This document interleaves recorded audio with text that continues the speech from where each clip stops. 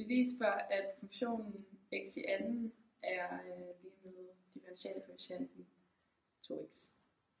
Det første vi gør, det er, at vi bruger topunktsformen, altså med sekantens punkter. Så vi skriver a, s, det er lige med fx, fx0 plus h minus f af x0. Og så h. Og det vi så gør, det er, at vi omskriver det, så det passer til funktionen, altså x i anden. Så det bliver så lige med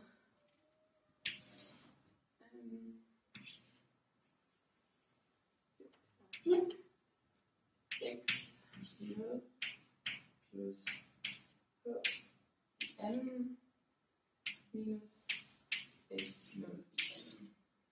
Det gør med h.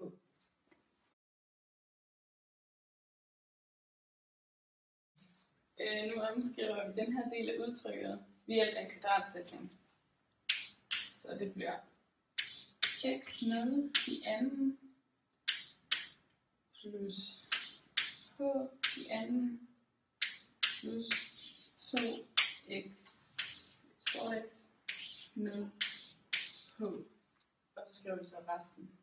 Så minus x 0 i anden divideret med h. Og nu kan vi så se, at vi har x0 i anden minus x0 i anden.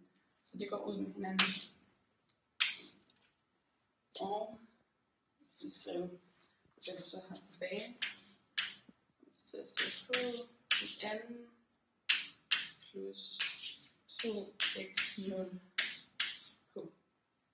Og så brøkstreg h. Start. Nu faktoriserer vi så h i anden, så der kommer til at stå h gange h plus 2x0 h.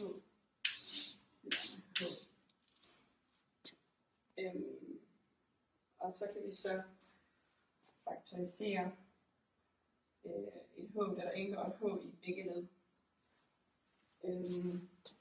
Så der kommer til at stå h, parentes h, plus 2x 0, parentes slut. Det der h.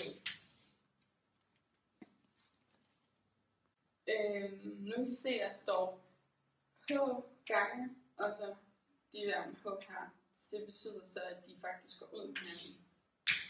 Og tilbage, så har vi, at a s er lige med h plus 2x 0.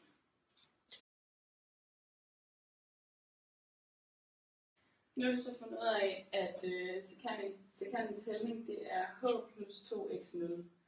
Og det vi så skal gøre for at finde differentialkoefficient, det er, at vi skal vurdere as, når h går mod 0. Så vi sætter h lige med 0. Så 0 plus 2x 0. Og det er det samme som, det er lige med 2x 0.